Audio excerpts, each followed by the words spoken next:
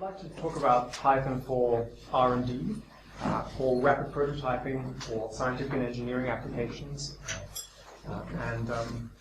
Yeah, I'm interested, first of all, in finding out what your background is. So could I show of hands of people who use Python or know Python? Okay. And people who are involved in R&D in some way? Okay, great. So I'd like to structure like this. I'd like to give an overview of Python ecosystem for research and development, and then give lots of demos, essentially. So this will be demo heavy. And I'll be demoing these packages, and in the middle I'd like to break it up with some question time. So if you have any questions, then please feel free to ask them. And at the end as well, we'll have a bit of time for questions. Okay. So these are the applications I'm going to cover. Probably not this one here, depending on how we go, but the others. So it's not required that you know about each of these applications. I'm going to show that each of them is possible to make quite a lot of progress with using Python. And so, yeah, I think they should be interesting. Okay, so I'd like to, first of all, thank Nathan Fajian for his face recognition example. And thank Kostya Belitsky for a couple of examples, the image segmentation and reconstruction examples. And Stefan van der Walt for his moon landing image reconstruction example as well. He presented that at SciPy in Paris in August. I'll mention a little bit about Python Charmers, who we are and what we do. So we provide Python training in the Asia-Pacific region, and those are some of the customers for Python training. These are the courses that Python Charmers offers. So courses in Python for different kind of application areas. So for programmers, scientists and engineers, bioinformaticians, for example. And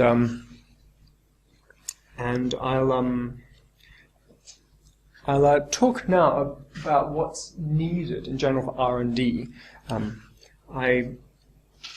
fact, before I do that, I'll talk about sort of how I came to start using Python. So I have a slide on this. I'll pull that up if I can. And there it is. Yeah.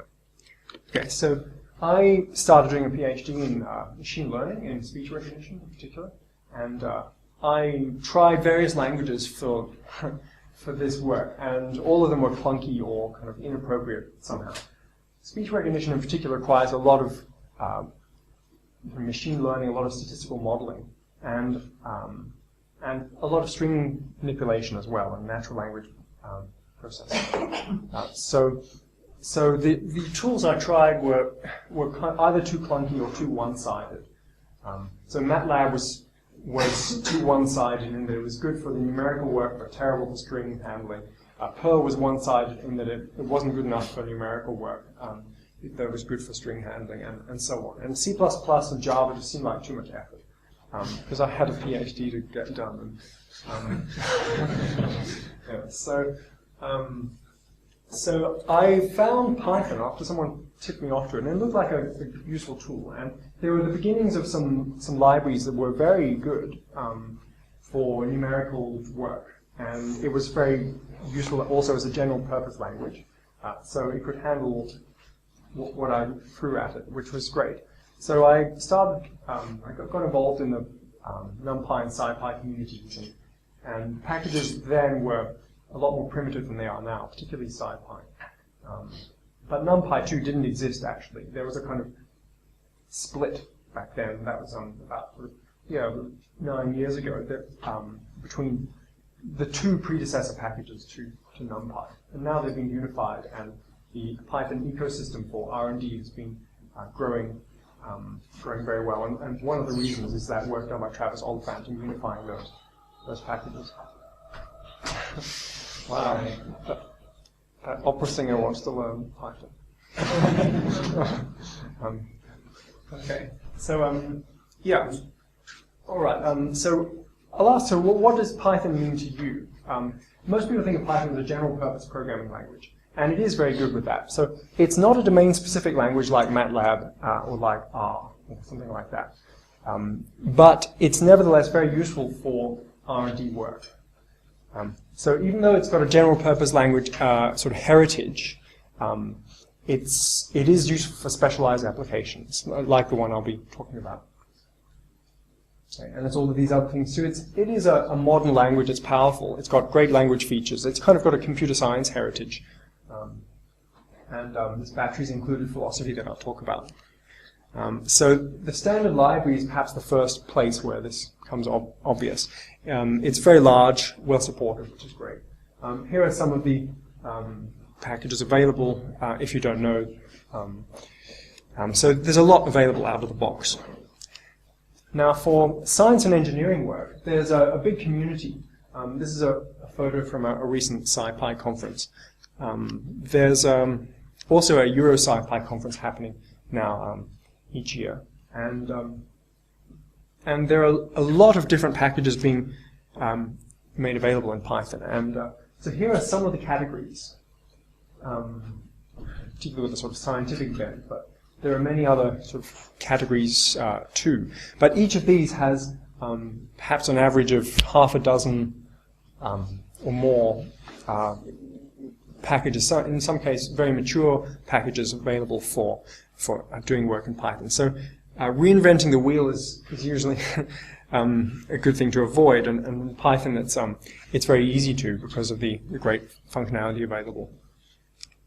So here are some of the core packages in Python for science and engineering work in particular.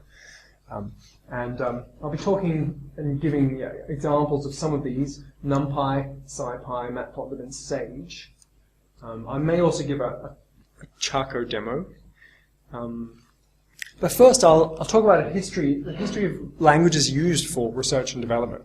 So initially, back in the dark ages, where every bit of memory counted, then low-level languages were the only way to go. And many people in sort of the science and engineering field today still use a lot of Fortran now. Python makes it very easy to wrap Fortran and C code, by the way. So there's this evolution toward higher-level languages, and this corresponds to the exponential decay in the cost of computing, which has been very rapid over the last 5 decades.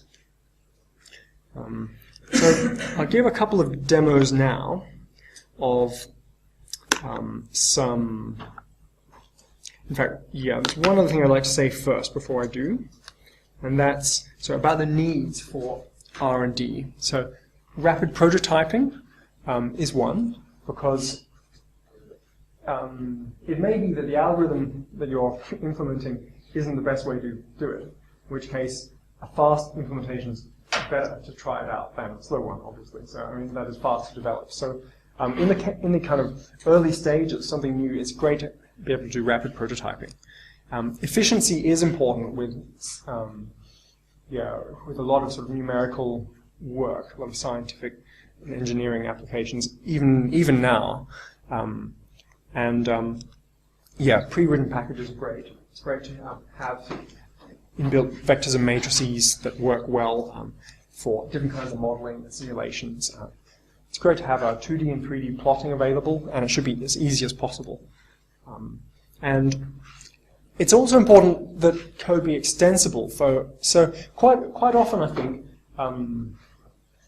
MATLAB is sort of entrenched in a lot of organizations, and what I think happens is that the people doing the sort of research and development tend to produce prototypes in MATLAB and then hand it off to a separate group of software engineers, and they code up the whole thing from scratch in C++. There's sort of so this is a huge waste of effort. I guess there's one possible advantage, and that's that there's some kind of independent verification, but there's also sort of a lot of potential for things to go wrong there. So, and that's a big waste of effort. So it'd be good if that could be avoided. So I think Python meets this need well. So a Python prototype can be used for production purposes. You can't write a web server in MATLAB. I was having a conversation with someone about this yesterday, but yeah, he thought it would be a nice challenge to throw out there. And I'll say this about scientific programming in this day and age. So most engineers and scientists are actually using programming for more than 50% of their time now, and it's rising.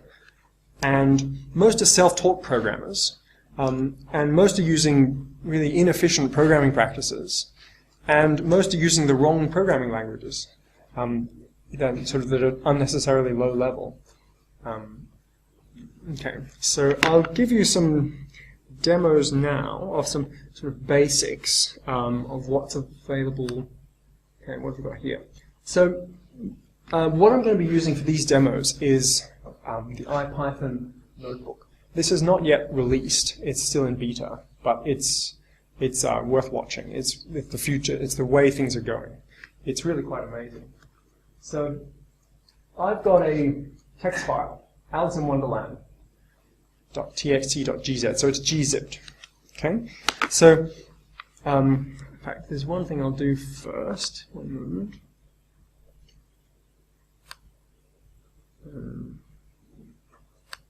Okay.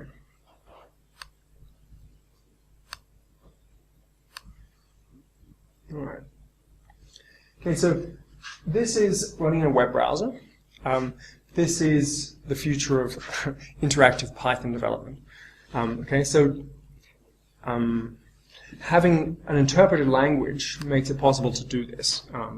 But yeah, this is a new feature. It's just been sort of available recently. So in any case, the IPython's a project worth watching. But what we can do is to have these 3 lines of code. We import our gzip module, and we can just open this text file. Okay, that's simple. And if I just want to truncate it to 10 lines and print each line in uppercase, then I can do that. And if I hit Shift-Enter, it runs that. Okay, so if I decide, oh, okay, maybe I want to change that, I can go back and make that 12 lines. Shift-Enter again, and it runs it again.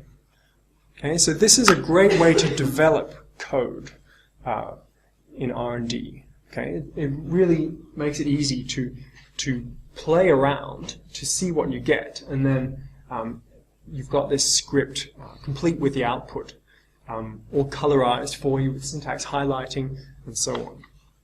So I'll perhaps give you a couple of other examples just so you can see what's going on. Insert above, okay, just very simply, what would I want to do? For I in range 10, print I, like that. Okay, so that's all it is. It's like a Python console. It's more like the IPython console, which is far superior, and it takes that a lot further as well. So in any case, I'm just going to zap that and go back here. Okay, so that's an example of how the standard library can be used. So in a lot of cases, it's very easy. There's no need to separately decompress that file, and there it is. And I can play around with the code and just rerun it very easily. So I can go back and edit it. So in a way, it's combining the best of having a text editor with a script that you develop with a console. So the Python console is, but compared to this, it's quite primitive. So kudos to the IPython team. They've done a great job with this. It's improving very rapidly. So here's another example. So this is I'll just show you this. This is you can actually have different kinds of markup in here. You can have HTML tags directly in this markdown language. Okay, so I've got these packages. Who's familiar with the matplotlib package? Okay, yeah. So for those who aren't, it's a 2-dimensional plotting package. And I'm going to use it now to just plot some lines in different colors. Okay, so here's how we can do it. We create a new figure, and I'm defining an array here, effectively a vector. I'm stepping through each item in turn, and plotting that. And if I run that, Shift Enter, I get that plot, okay, in the browser. So that's and now I can sort of go and modify the values and so on and rerun it and get a new plot. So this is very easy for rapid prototyping. Okay, so here's another thing you can do. If you want to run a script, so let's say this was a .py file. So the standard way would be to invoke Python running this, and it would run, it would give some output, and that's nice. You can actually just run a script here as well. In this case it's similar, it's just got a different color scheme. Now all of the variables defined in that script are now still available. Okay, so I can still use them here if I wanted to in the next line of code. Another example of that was what? Let's see, yeah. So I could play around with this variable a, for example, and I'd see the contents of it there. Okay, so so that's a bit of an introduction to the latest IPython, which is very interesting, and what can be done with Python now with this. How am I doing for time? Okay. Okay, so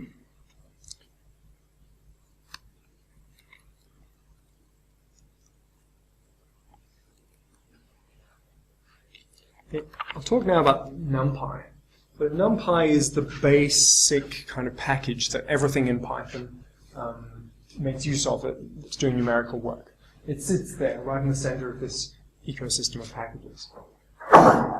And it's got these features. It's fast. So if you're looking for performance, then NumPy can give it to you. It's because it has hooks into these BLAS and LARPAC libraries, which are written in C or Fortran and often customized for particular machine architectures and CPUs. So yeah, it provides lots of features, lots of different data types that can be operated on. And I'm going to give a demo now of Monte Carlo simulation using NumPy. And so the goal of this is to estimate pi. 3.14, blah, blah, blah. And what I'm going to do to estimate pi is to generate random variates in the unit square. And here I've colored them red if they're within the unit circle and blue if they're not. Okay, so the area of this is 1. The area of the whole circle is pi. So the area we expect to be there in that arc with all the red dots in it is 1/4 of pi. Okay, so we can estimate pi just by producing these random variates in that unit square, counting up the proportion of red ones, and then multiplying by 4. Okay, so that's a simple Monte Carlo algorithm.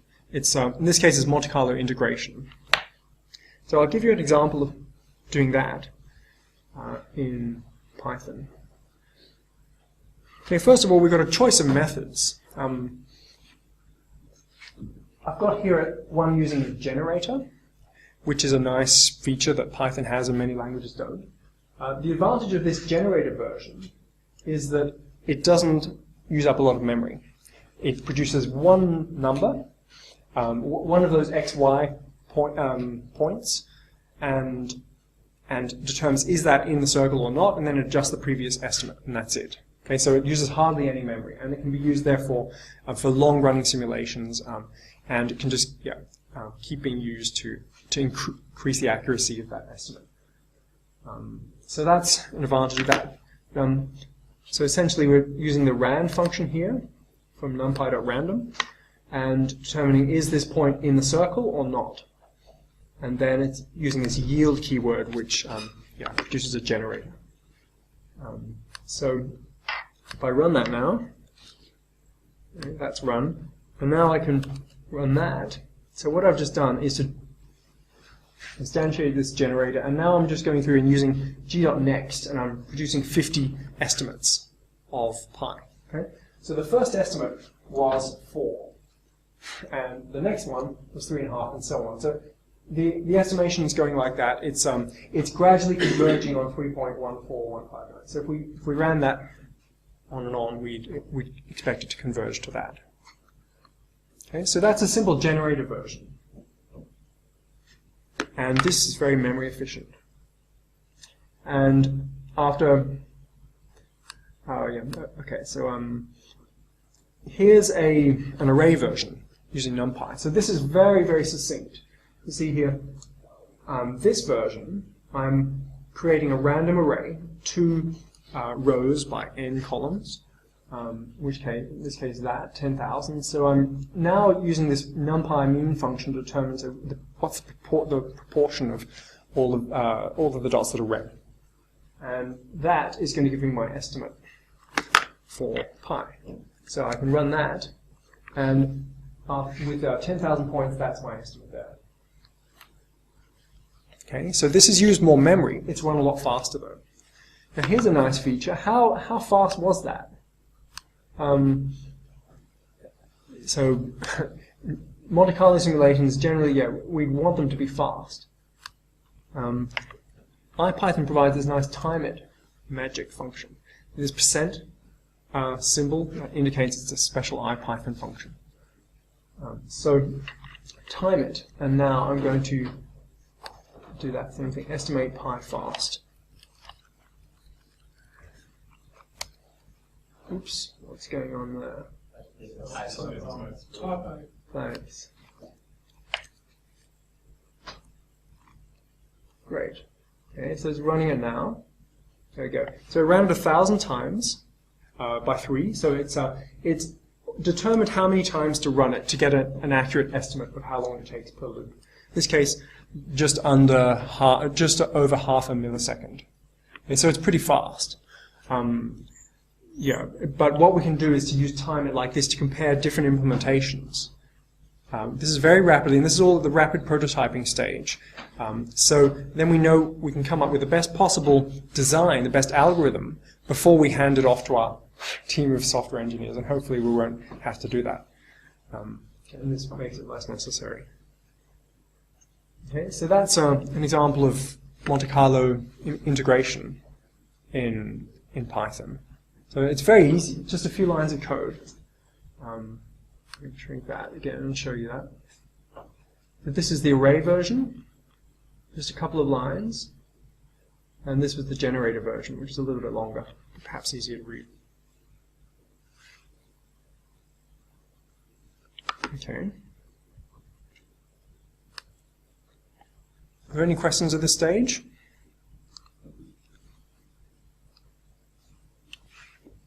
No? Nothing? What does that mean? Ship it. Okay. Alright, so I'd like to give some demos next of two-dimensional image smoothing and then image reconstruction. And this is based on this recipe on scipy.org.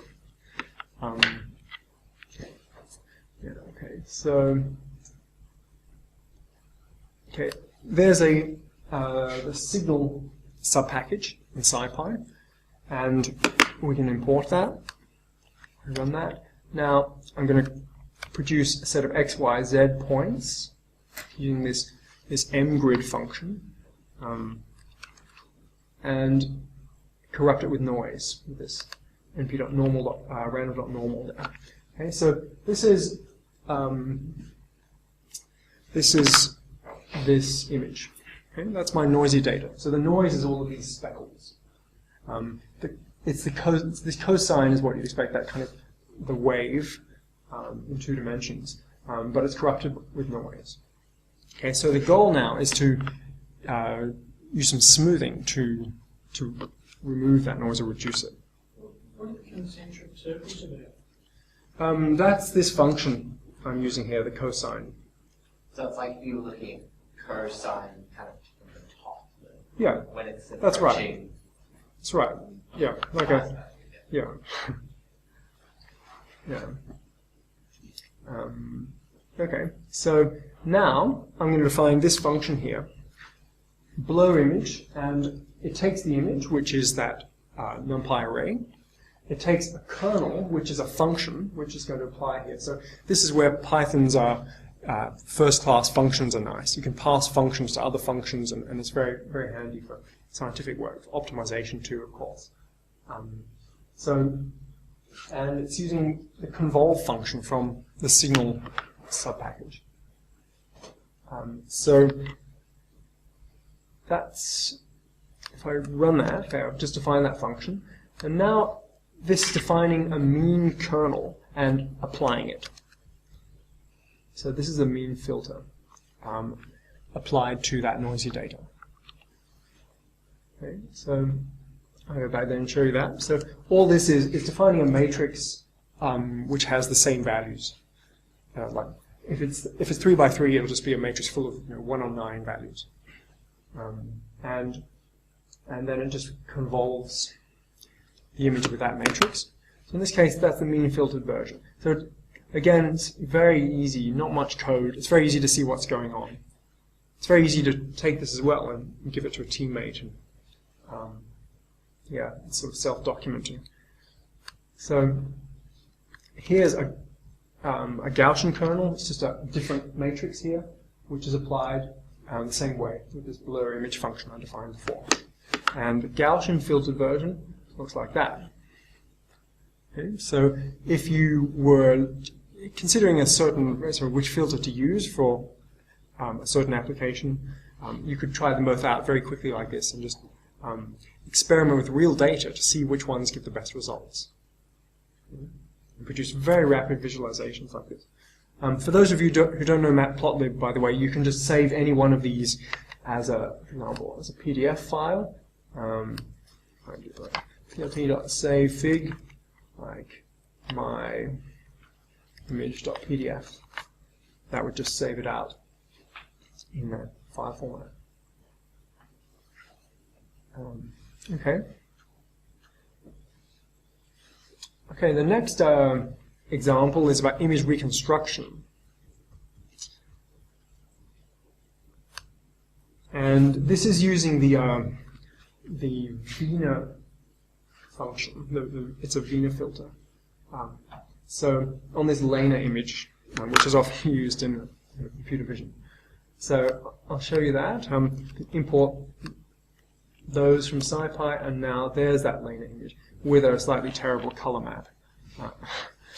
Okay, but that will do. Okay, so now I've got image noise. It's going to be Gaussian. Oops, that's not spelled correctly. With a certain mean and standard deviation. Now notice here, this is nice. Where did that come from? This is LaTeX. Who here has used LaTeX? Okay, wow, most people. Yeah, so you can just have inline LaTeX here. IPython supports it, and Matplotlib also supports inline LaTeX in plots, if you weren't aware of that. Okay, so you can just have that, define mu and sigma, and just like that, and it's gone off and generated it. And now I'm adding noise to the image. Okay, so there's the noisy version. So what I've done is to just take this original image and add sigma times that noise. And that noise is just this Gaussian noise here. Okay? So this is the noisy version. And the goal now is to get something like that original image from this only. So this is the kind of thing you might have to do if you're writing some Photoshop equivalent that touched up old grainy images or something like that. So and in a lot of scientific applications, it's necessary to do this kind of thing. So here's how we can do that. It's just simply that code there. We apply this Wiener function or Wiener function, and then we get our denoised image there. So it's reconstructed some of the image, some of the missing information. It's not as nice as the original one, but it's better than the noisy one. Okay, so we've yeah, and that didn't require much work either. So that's just using SciPy. SciPy is yeah, a very sort of general, very useful package with lots of these sorts of functions. You can time this as well if you want. In that case, how long did that take? It took 181 milliseconds to run. So yeah, you can keep tabs on your performance as well of different operations. All right. So the next image reconstruction example is slightly different. It's from, this is Stefan's one. It's this moon landing. Okay, there's this image of the moon landing. Okay. So there's a lot of periodic noise. You can see that. It's very strong. Yeah. Yeah. All right. And so, so if we remove the noise, we might be able to see some more information. How about that? Okay, so I'm going to read that in, and this is the code here. Computes a 2D fast Fourier transform, and like that. Yeah, based on the filtered spectrum. So that's running now. And it's run.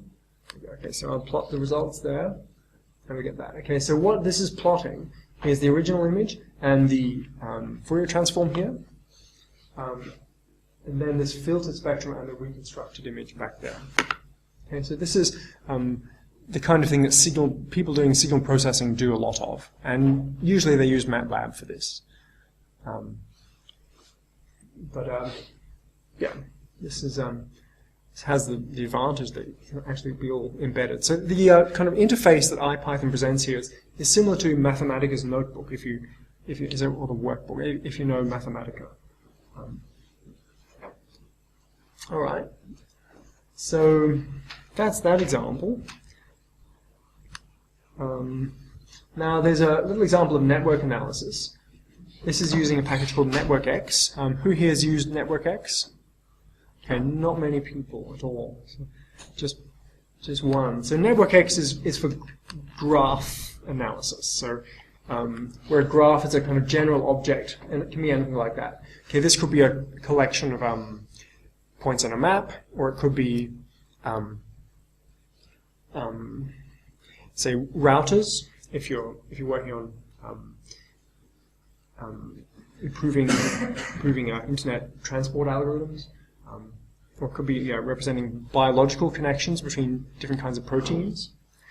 So it's a very general structure, but NetworkX is a package that allows you to do this kind of analysis very easily. So this is an example from the NetworkX examples list, and it's using Matplotlib again for the actual plotting, but it's very good for graph theory and network analysis. Okay, so what's the goal of the analysis? this is It's not shortest path, for example. yeah. It provides that kind of functionality. Yeah, Dijkstra's algorithm and so on. So it does provide that functionality. It's also it's got a lot of functionality for visualizing networks. So in fact, there's I can show you the NetworkX web page if you're interested. There's a good examples list.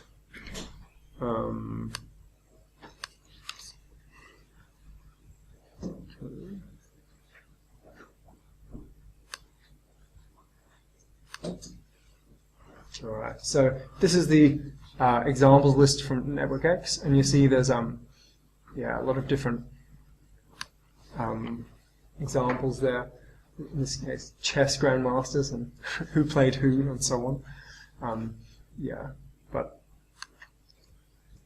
that's worth looking at if you're at all interested in graph theory and graph analysis.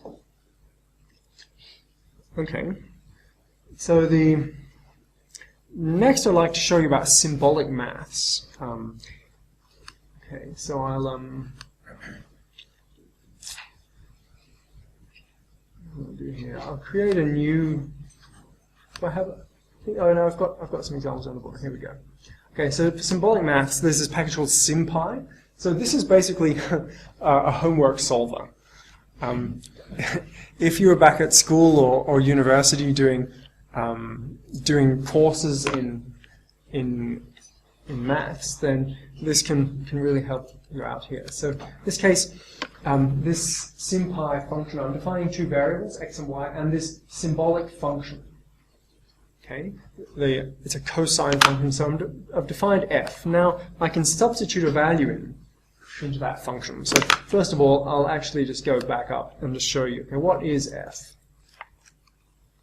It's that. Okay, it's what I told it, but it's swapped the order around for reasons known best to itself. Okay, so I can substitute a value in there and get that. Now I can, if I differentiate that, oops, like that, do that. So that's just done symbolic differentiation on that function. And I can integrate it in the same way. After integrating, it just returns another symbolic function, which is the integral. So, yeah, here's an example of using a Taylor series expansion of a symbolic function. Okay, so you can use this series method that has, and I'm plotting the Taylor series expansion against the actual function.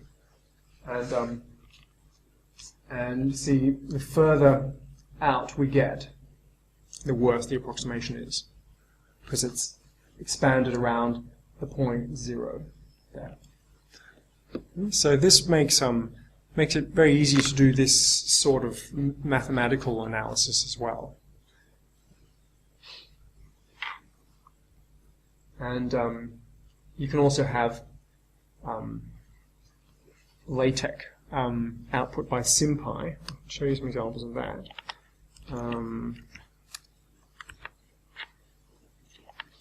So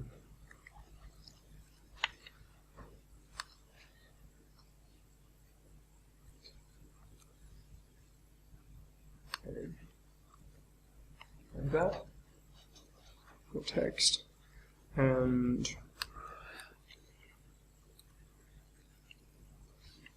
I can now print that out. What is that? It's that. Okay, so here's an example of the LaTeX version of that integral of x squared. Okay, so SciPy's got nice hooks into that, and matplotlib can feed on that kind of LaTeX output too. All right. So there's a lot that can be done there. I won't talk any more about symbolic maths. What I'll do next is to show you an example of face recognition. So this is a complete face recognition system, which Nathan and I wrote in about an hour. Now, admittedly, he is an expert in this kind of field in image registration and so on as well. But it's very simple, and all we used was NumPy. Actually, we don't even need to use SciPy. We're just using the singular value decomposition function from NumPy. Okay, so what I'm doing here, I'll run this, and then I'll come back and show you the code. So I've just run that, now I run that. And it's running now. There we go. So it's loaded face image data for about sort of 2,000 faces, and they're very tiny. So these images are just 19 by 19 pixels. Okay, so they're not high resolution, but it's good enough to just describe the method. So this is a grid of the top 16 eigenfaces. Okay, so those vectors corresponding to the top 16 eigenvalues. So I guess that the way to just explain it is that each face is a point in this vector space. And the goal of the face recognizer is just to put a new face in that vector space and then to determine which is the closest face to it. Okay? That's all that is. Okay, so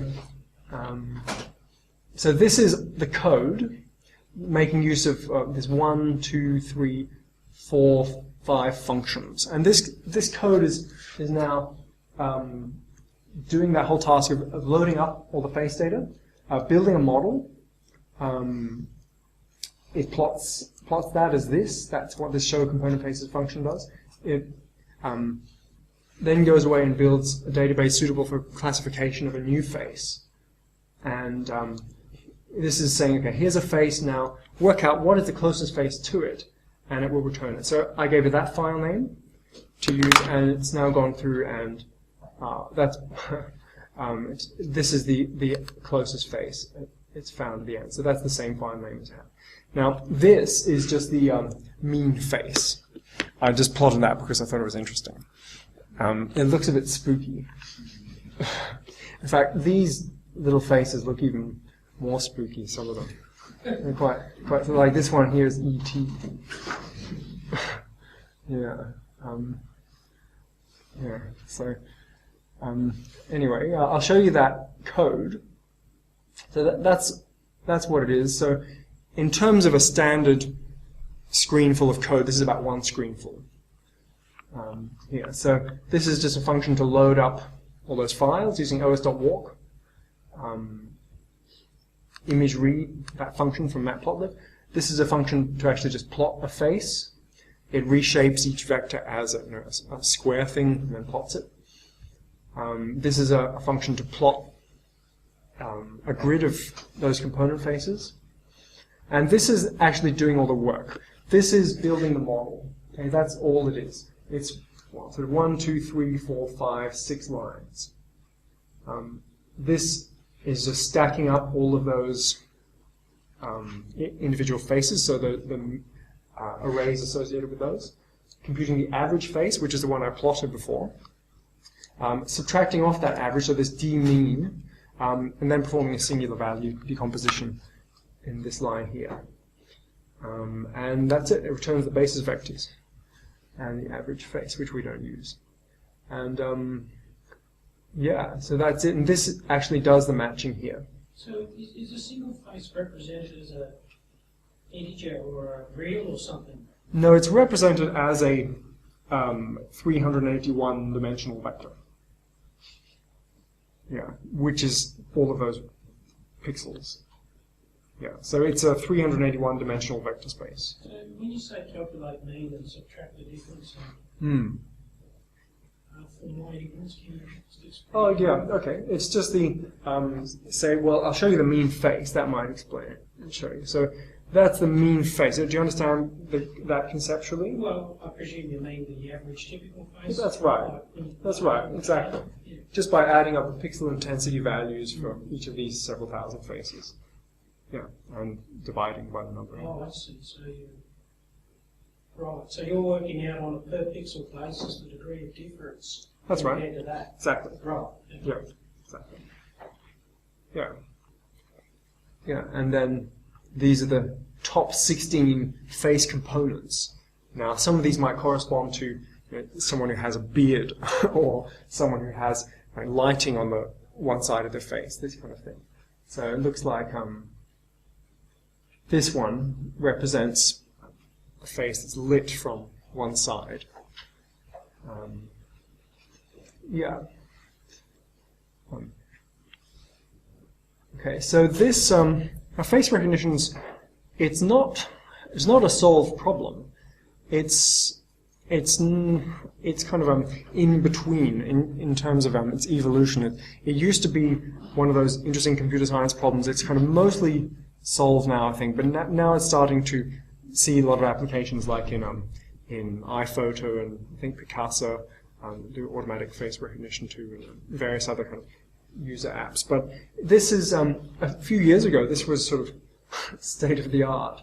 So, and it's possible to achieve that in just a very few lines of code. If you built a Mickey Mouse system of your own based on it, yeah, but you only had about 100 faces, and you're not going to be protecting millions of dollars worth, it basically would. Yeah, a lot of the difficulty is in the pre-processing. So if you can get that right, if you can reliably have it, but also the application isn't those Facebook things where you want to say this person that I already have in my photo album. It's not like a security application. application. Right. It's simplistic. Right. Yeah. So if you can, that's right. Line up images so faces are in the same place with similar lighting. Yeah. For security purposes, I guess there are other things to think about. Like, what happens if someone holds up a photo of a face in front of a camera? Do you let them in? Yeah. Yes. Is there a reason that it's black and white and you haven't got colour? It's just because my face data is black and white to begin with. Would you get better results if you had? Yeah, you could, because there is information there. It can also, yeah, so if you shine a green light on someone's face, the face will appear green, even if they don't have green skin. So lighting, so normalizing for lighting is, from what I understand of this field, it sometimes does actually deal with just intensity values. Anyway, so this kind of normalization. So it may be possible to get more information using a color one, but it may not. Yeah. It probably would if you do it properly. But it's not my research field. But this is a kind of research type question. Yeah. Okay. So we've got about 12 minutes. How are we doing? Are there any other questions on the stage? Yes? Do you know of any libraries, possibly with available through Python, that do compressed sensing or help with compressed sensing? No, I don't. Can you tell me more about that task, compressed sensing? So where you've got undersampled data and Yep. you minimize the, if you fill in the remaining points using minimal entropy, to basically reconstruct the most statistically likely model. Okay. I point you to scikits.learn. There's a maximum entropy package in SciPy. It's just been deprecated. The same functionality is available now in scikits.learn under logistic regression. Scikits.learn is a very happening package. So SciPy is it's a set of stable libraries that are widely applicable. That's in scikits. That's where a lot of the interesting innovation's happening, and so in that package there's a lot of interesting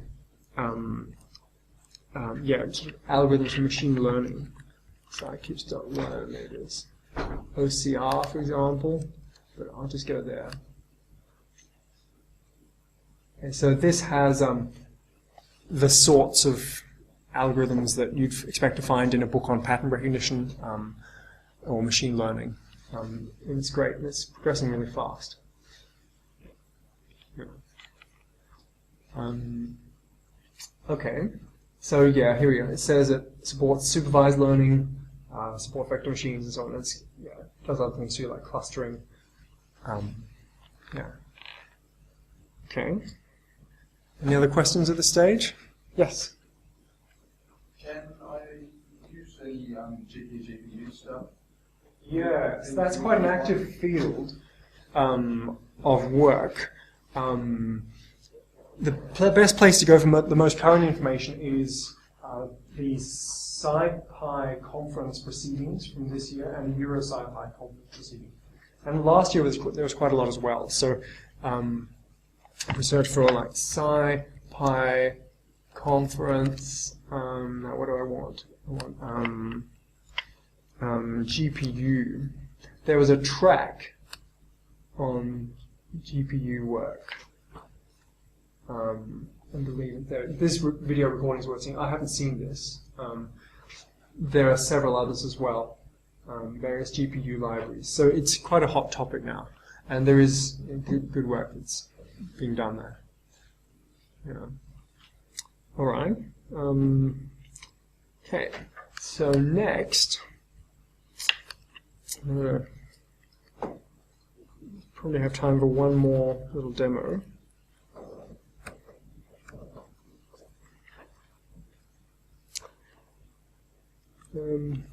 Yeah, in fact, what I'll do is to give you a demo that Eric Jones gave at a talk in Singapore a few months ago, just after the Singapore Python conference, and and I talked to him afterwards, and he said that this demo was available in the Chaco distribution, which is yeah, it's a really nice little demo.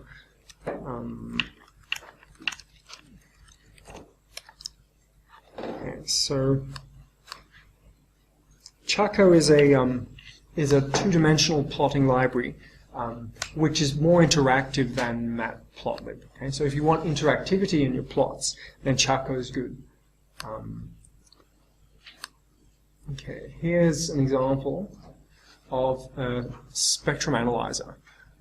So this is listening to my mic. Hello? Hello? Yeah. And it's computing the spectrogram in real time of my voice. And so you'll see, yeah, this is, well, it's interesting. If, told you I did some work in speech recognition. Every tone, or sort of, from a human voice has multiple overtones. So if I can sing to this la, see, it's got not just the information at whichever frequency you heard, but above it as well. And you can really have fun with this.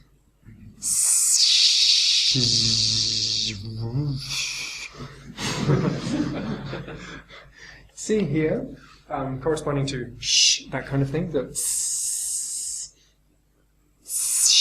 So there's a lot of high intensity, or high frequency information. So have you ever been on the phone with someone and they haven't understood something you've said? So did you say, was it T or F or something like that? And you've had to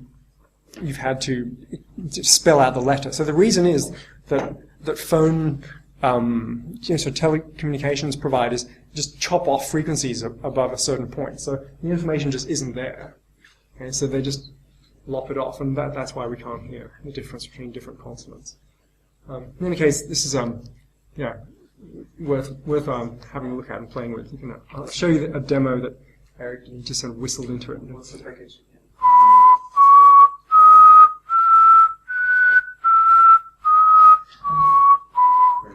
Yeah. That's also yeah. replacing your codex into telephony would be nice. What was that? The replaceable codex in telephony would have been a nice thing to design, and that's what the web providers Right. to do. They're great Right. to go to better codex to exactly Right. Yeah, that's true. Yeah. So the package is Chaco. This is developed by Nthought, and it's yeah. I haven't used it much myself, but it's good for demos. Because I tried to install the YARB one Okay. that they also produce, unless you were using Ubuntu, which is what they provide the package for, there's Yeah. no way you can get it to work. Yeah. So for installation, I suggest using Linux. If you're using Linux, yeah, Ubuntu makes it pretty easy, in my experience. If you have to use some other platform, or if you can't get it working under Linux, then you can use the Nthought Python distribution. So they do a lot of work on scientific Python in general. So that they contribute a lot, and they do have an installer. They charge for it. It's not free, but the software it installs is free, if that makes sense. It's free for academics, I think.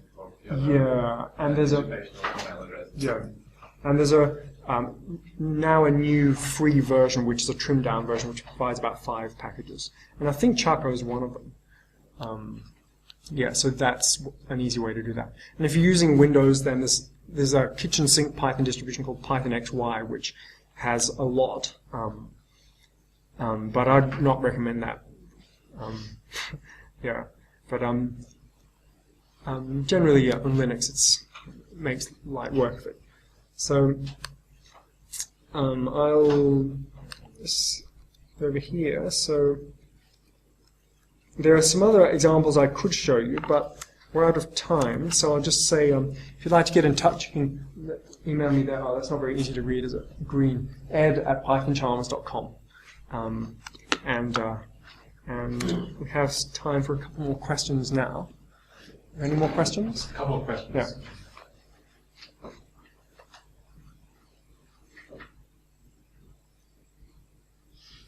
great. Okay, cool. So we'll end the talk there. So please thanks Dr. Edward Schofield. Nice.